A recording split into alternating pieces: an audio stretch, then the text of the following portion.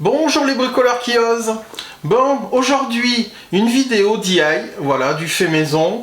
Je vous avais expliqué dans les bases du photovoltaïque que quand on a, comme moi, 3000 watts crête de panneaux solaires, ça couvre normalement la consommation, enfin moi, normalement, chez vous aussi, moi pas toujours, mais normalement ça doit couvrir votre talon de consommation. Voilà. Donc, ce qui se passe, c'est que quand on produit, qu'il y a du soleil, tout va bien, on est au top du top de la production, et bien, nos 200 watts de talon de consommation, ils sont effacés. Et par contre, les, je sais pas, les 2000 watts qu'on produit à l'instant T, et bien, eux, les 2000 watts moins les 200 watts de talon de consommation, il y a 1800 watts qui partent chez Enedis. Voilà, eux c'est gagnant, c'est parfait pour eux. Vous perdez rien, vous ne gagnez rien, c'est une opération blanche pour vous. Donc c'est bête, moi je dis, de perdre cette énergie et de ne pas la consommer quand on n'est pas là. Donc il existe un système qui s'appelle un routeur solaire. Voilà. Donc je vais vous montrer un petit peu la conception d'un routeur solaire. Allez, c'est parti! Je vous montre. Donc on va prendre le PC et je vais vous montrer du coup Home Assistant. Donc je vais aller dans électricité. Donc là, là il est 8h45. À l'instant T, vous voyez, je consomme 2000 watts et je produis 151 watts de production solaire. Bon, je vous cache pas, il fait vraiment pas beau aujourd'hui. On va prendre donc ma consommation. Ça c'est le capteur qui est branché sur mon Linky. Hop, afficher plus. Voilà, donc la journée d'hier. Donc on voit que ici, là, hop, il y a une petite phase où je consomme, je tire plus rien sur Enedis, là non plus, là non plus. Donc vous voyez, toutes ces phases-là, ça veut dire que ma production solaire est supérieure à ma consommation. Donc, je réinjecte de l'énergie, de la puissance, du courant, sur le réseau d'Enedis. En parallèle, je vais vous afficher ma production. Hop, production solaire micro-ondulaire. Voilà. Donc vous voyez bien que effectivement, alors on ne peut pas réellement savoir à l'instant T. Attends, si je me mets ici, voilà. Donc à 11h09. La puissance que je tire d'Enedis est égale à 0 et ma production de micro-onduleur est de 1321 watts. Par contre, je ne sais pas combien je réinjecte. Ça se trouve, je réinjecte que 20 watts. On ne sait pas. Là, il me manque un capteur qui va dire réellement combien je réinjecte sur le réseau. Si j'avais cette valeur de capteur, je pourrais dire, voilà, je réinjecte tant qui sont perdus et que je pourrais donc mettre dans mon routeur solaire pour chauffer mon eau chaude. Alors, donc... il y a quelqu'un qui s'appelle André et qui a fait un site qui s'appelle F1ATB. Je vous mets le lien bien sûr dans la description. Donc le voilà André. Et André, lui, il a créé un routeur solaire qui permet de calculer donc combien on réinjecte sur le réseau. Et cette énergie-là, la réinjecter dans la résistance d'un ballon d'eau chaude. On parle bien d'un ballon d'eau chaude avec une résistance. Les thermodynamiques, tout ça, ça ne pourra pas marcher. Parce que là, ce qu'on va prendre, c'est qu'on va envoyer, alors, il l'explique bien sur son site, on va envoyer en fait des trains de sinus. Alors je ne sais pas si je vais trouver sur son site ce qu'il explique. Voilà, donc... les modes de régulation, en fait, c'est ça. C'est qu'en fait, une sinusoïde, normalement, elle part de 0, elle part en positif, elle repasse par 0, elle passe en négatif, tout ça. Et en fait, ce que lui a réalisé, en fait, c'est que ça va calculer la puissance qu'on réinjecte, et grâce à des trains de sinus, en fait, c'est du hachage de sinusoïdes, et bien on va envoyer juste la puissance qu'il faut dans la résistance du ballon d'eau chaude. Voilà. C'est le principe donc que lui a réalisé au niveau d'un routeur solaire. Et alors vous allez voir, ça coûte vraiment pas cher quand on le fait soi-même. Bon, et ben, je vais vous présenter maintenant tout le matériel qu'il faut acheter pour pouvoir réaliser le routeur solaire de chez F1ATB. Alors, les bricoleurs qui osent. Le matériel dont on va avoir besoin. Hop. On va commencer par le cœur du routeur. Donc, un petit ESP32 avec une antenne déportée. Donc ça c'est pratique parce que souvent c'est des ESP32 en module Wi-Fi. L'antenne intégrée souvent elle est un petit peu faible, donc on a cette antenne déportée qui permet de se mettre à l'extérieur d'un boîtier et d'améliorer la portée. Voilà, un petit ESP32 tout simplement, avec donc ici tous les ports entrée-sortie de chaque côté, et ici pour l'alimentation et le téléversement du programme.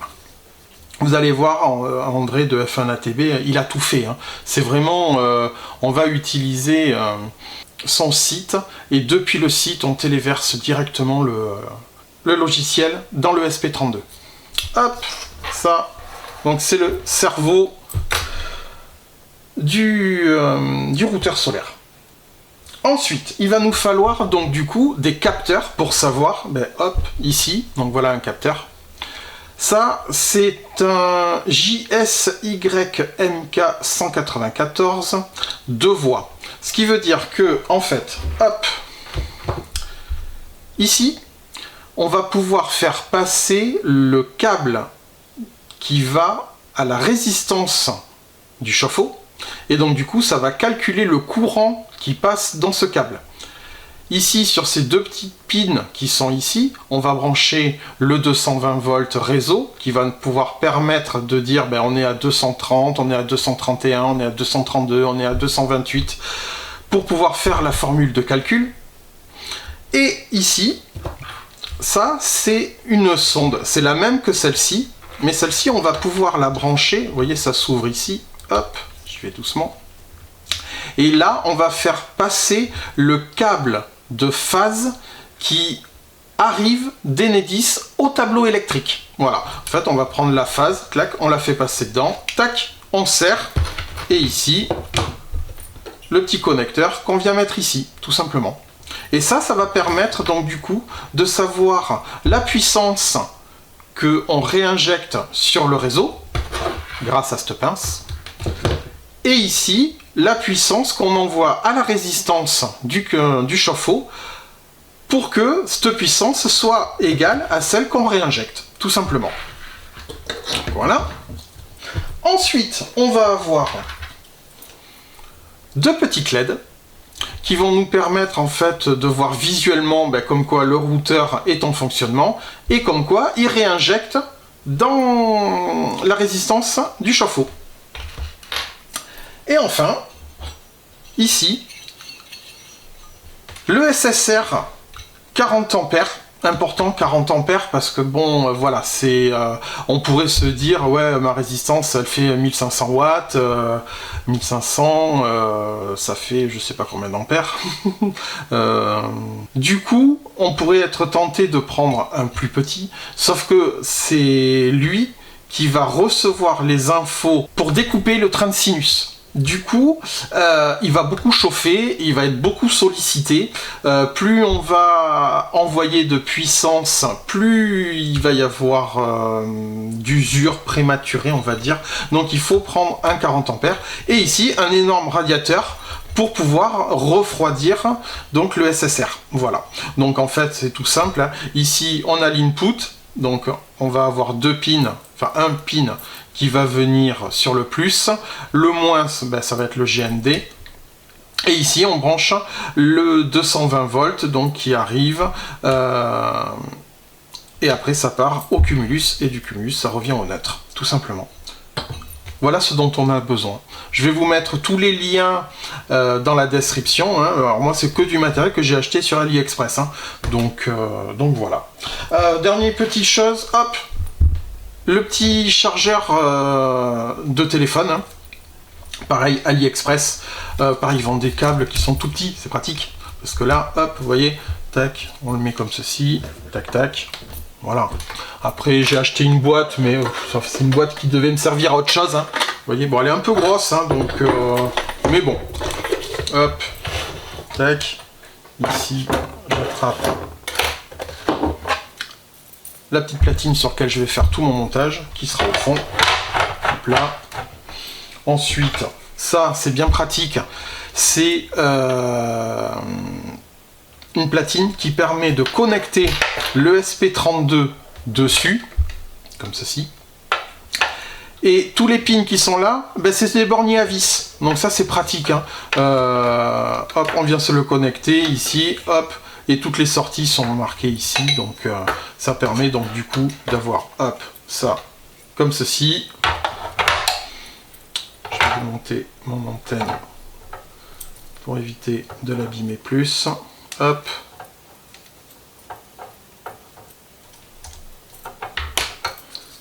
Donc on va dire que l'ESP il va être comme ça. L'antenne elle va être là. Hop là. L'alimentation, elle, hop. Je vais très certainement faire un truc comme ça. Ici, le petit calculateur.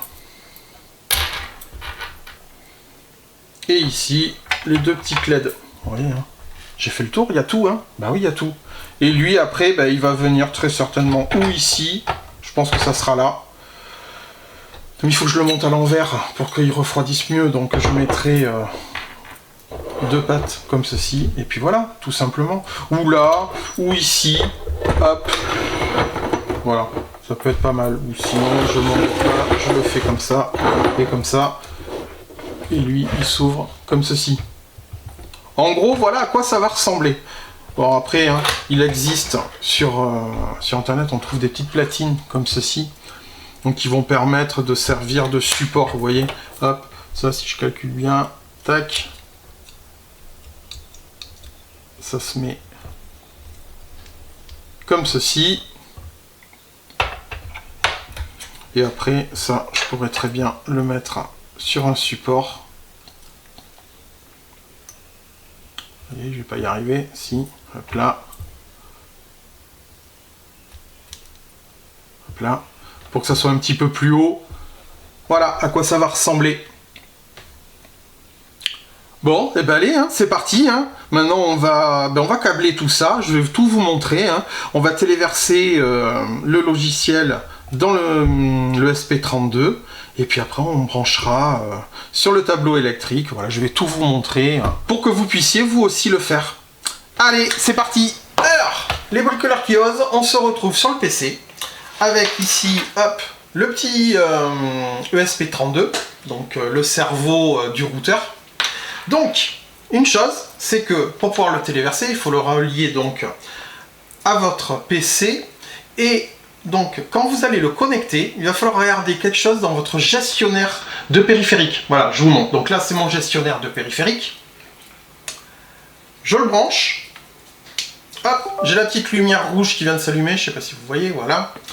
Et donc là, si je descends un petit peu plus bas, dans Port Com, ici, je clique dessus, et là j'ai bien Cyclone Lab CP 210X USB, UART, machin. C'est comme quoi mon câble qui relie l'ESP au PC est bien un câble de données. Il ne fait pas simplement du chargement pour un téléphone portable par exemple. Donc ça c'est super important. Si vous n'avez pas, au moment où vous le connectez, le port COM qui s'affiche, c'est que votre câble ne fait pas la donnée. Il fait que la recharge de téléphone. C'est pour ça. Donc ça c'est la première chose vraiment à faire attention à ce niveau-là. Alors, maintenant on va aller sur le site de F1ATB. Et bien on va taper F1ATB. Donc nous voilà sur le site de F1ATB. Nous, ce qui nous intéresse donc, c'est la documentation routeur photovoltaïque. Ok, donc là c'est la documentation. Nous, ce qui nous intéresse, ça je vous invite à le lire, hein, vraiment, il a un site qui est vraiment super bien fait. Donc nous, c'est l'installation rapide du logiciel. Là. Particularité, vous ne pourrez téléverser le logiciel dans le SP32 que si vous utilisez le navigateur Microsoft Edge ou Google Chrome. Voilà, c'est les deux seuls avec lesquels vous ne pourrez téléverser le logiciel. Donc, hop, on descend. Bon, ben nous, ce qui nous intéresse, bien sûr, ben, c'est la dernière version, hein, celle qui est la plus aboutie. On clique dessus. Et donc là, j'ai bien mon ESP32 qui est connecté à mon PC, pardon, et je clique sur Installation. Ok, donc il me demande quel port de communication je veux utiliser, donc c'est le COM7, il n'y a pas de souci, et connexion. Ah, Serial port n'est pas prêt, fermé toute autre application utilisant. Alors là, à mon avis, c'est qu'il faut que j'appuie sur le petit bouton boot, close, j'appuie sur le bouton boot, ici, associé, connexion. Donc là, ce que j'ai fait, ça arrive quand ça ne veut pas marcher de premier coup. Tout en bas à gauche, à côté du connecteur d'alimentation, vous avez un bouton boot.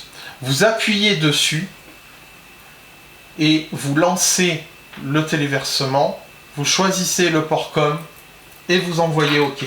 Et donc là, moi, ce que je veux faire, c'est l'installation du logiciel. Il me demande si je suis prêt parce que ça va effacer tout ce qu'il peut y avoir comme données dans l'ESP. Installe.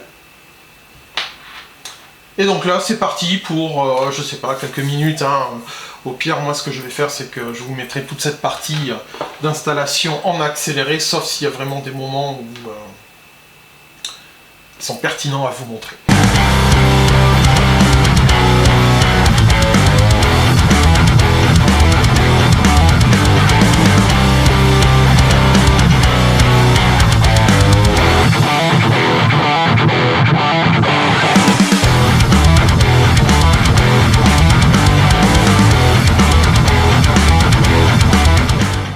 Ah, c'est les derniers pourcentages, c'est les plus longs. Ils sont bizarres, les derniers. Voilà. Et ben voilà. Installation complète. Suivant. Donc là, log et console. Qu'est-ce que ça nous dit dans log et console? On ne peut pas l'agrandir, c'est dommage. On ne peut pas l'agrandir. Donc, ce qui est intéressant, c'est que ici, j'ai l'adresse IP de l'ESP. Donc cette adresse IP, on va se la noter quelque part. Il y a un bordel sur mon bureau, mais il n'y a pas de papier. Un vieux ticket de caisse. Donc 192.168.4.1. Donc ça va être important. Ensuite, par le port série, vous pouvez définir le Wi-Fi à utiliser en tapant les trois commandes ci-dessous, en remplaçant IX par la somme des valeurs. SSID, c'est le nom de votre Wi-Fi. Le password de votre Wi-Fi et restart. Si vous utilisez la carte ESP11, forcez le mode Ethernet. Ah oui, ça c'est en fait c'est une carte où on a un port Ethernet. Donc, on a vu le téléversement. On va s'arrêter sur la console à ce niveau-là, au niveau de la vidéo, parce que tout le paramétrage, on va pouvoir le faire depuis le serveur web intégré à l'ESP32. Ce sera beaucoup plus simple à faire. Donc j'espère que cette première partie vous a plu, qu'elle correspond un petit peu à vos attentes. J'essaye vraiment de vous montrer pas à pas chaque étape. Hein. Voilà. Dans la description, vous avez tout le matériel qui est nécessaire à la réalisation du routeur de André, hein, de FNATB. Pensez à liker, à mettre un pouce. Ça fait plaisir de savoir que les vidéos vous plaisent. N'hésitez pas à vous abonner pour avoir la suite, hein, la partie 2, peut-être une partie 3, on va voir comment ça... Le temps de chaque vidéo, c'est ça qui va faire. N'hésitez pas non plus à partager hein, les vidéos si vous connaissez quelqu'un qui veut se lancer dans le solaire, voilà, ou un petit peu homme assistant, même s'il y a des chaînes qui sont plus dédiées à ça. Donc voilà, je vous souhaite une bonne journée et n'oubliez pas, faites-le vous-même pour faire des économies. Allez, ciao ciao!